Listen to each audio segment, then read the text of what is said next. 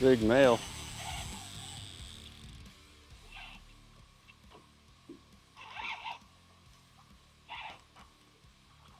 Come here, you big sucker. Thiolate floating worm for fry garters. That's actually a male. It's a really, really big male. Floating worm fry garter. It's a big fry garter for this lake. A float. Oh, we got it. Small fish. The floating worm's kind of a lost art. This is a really good bait when they're up shallow, garden fry, spawning, whatever. It's a really good bait to throw when you can't see. Like, it's getting late in the afternoon now, and I'm not really able to see to sight fish or throw the wacky worm to bedding areas, things like that. So this is a really good bait for just kind of covering water where you can't see as well, or when the water's stained, things like that. I also like it on lakes where there's a lot of cover to throw to. Like if there's stumps everywhere, maybe some bank grass, things like that. It's hard to fish a wacky worm or anything because you just can't cover enough water. This covers a lot of water. It'll make them bite, or they'll at least come up and show themselves to you if they're under like on bed or up there garden fry or anything like that. It's a really good bait for covering water. When you're throwing this float worm down just we're going down the bank with it. You want to, like I said, it's a bait I use when I can't see that great. Like, I'm sure there's fish spawning up here where I'm fishing right now, but I can't see the fish or where they be. So you want to try to throw at like this seawall right here, for instance. The most likely spot on this seawall for fish to be spawning is probably right in front of this tree here where a little shade always cast, or this bush. You just want to throw to what's the likely spawning areas on this wall or on any bank.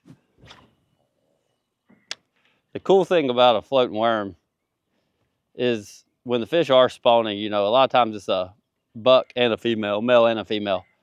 And the floating worm, for some reason, quite often when you fish it over a spawning pair, quite often the female will actually eat it. Not really sure why. The bucks don't, they disregard it sometimes if there's a pair up there and the female will eat it, which limits your time if you're trying to sight fish a lot. But I kind of fish it a lot of different ways. I'll fish it, some days they seem to want slower, kind of, more of a slower kind of walking cadence. Like, I do that a lot when the banks are a little bit deeper.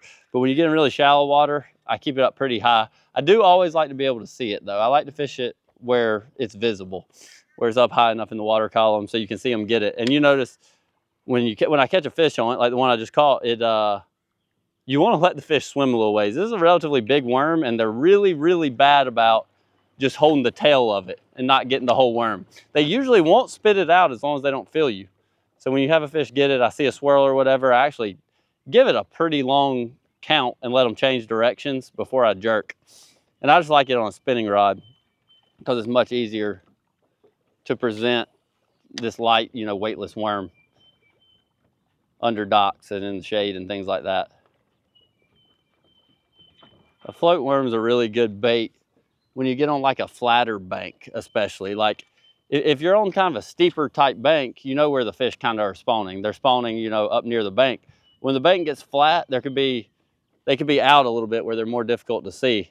So this floating worm is good for fishing all the way kind of to the boat and get one to show themselves. And I mean, they eat it quite often, but even if they don't eat it, they show themselves where you can follow up with another bait. When you're fishing a floating worm, you always want to pay real close attention when you're retrieving it back. You want to watch it really close because a lot of times the fish will get behind it and they'll kind of trail it. And unless you do like maybe an erratic or make a hard dart or stop it or just do something different with your normal retrieve, they may not ever eat it. They just trail on it. So I like to throw it when I can't see that great, whether it's dirty water or shade like this, but I try to pay attention to my worm. And if I see anything behind it, then I can change my action of it a little bit to try to get that fish to eat it. So a floating worm, this bright color, Merthiolate, Zoom trick worm, there's a lot of different ways to rig it, but the way I generally throw it, like 99% of the time, on a spinning rod with 15-pound Yo-Zuri braid. I just like the braid because it casts a lot better. And I use my kind of shaky spinning rod. It's a 7-1 medium, and it has a little tip to it, but enough backbone to set the hook. Because I use a big, like 3 to 5/0, usually around a 4/0, just worm hook here. And I hook it like this. And the key when you're hooking this bait is you might have to adjust it. I go in pretty far on the head like this and then just hook it back in. But sometimes you might have it hooked and it wants to twirl and it just looks bad. Just keep readjusting it like until you get it right. And I have to readjust it maybe every 5 minutes or so while I'm fishing it. But I just kind of hook it right in there like that. And I use a swivel occasionally if I want to get a little bit deeper. But generally I just use 15-pound braid with a 12 to 16-pound fluorocarbon leader, a little bit shorter. Got it with a FG knot, you know, about 3-4 foot long. And that's how I normally rig it. The only exception is if you have a lot of grass, a lot of bushes, vegetation, something like that, I'll just tie it straight to braid because you don't have to worry about the fish seeing it. You got your braid line and then it'll saw through anything that the fish may run into, and it doesn't make them not bite it. I just use fluorocarbon on lakes like we're on today, like these clear water, you know, typical reservoirs. But this is the most effective way I've found to rig it, and this is my go-to 90% of the time.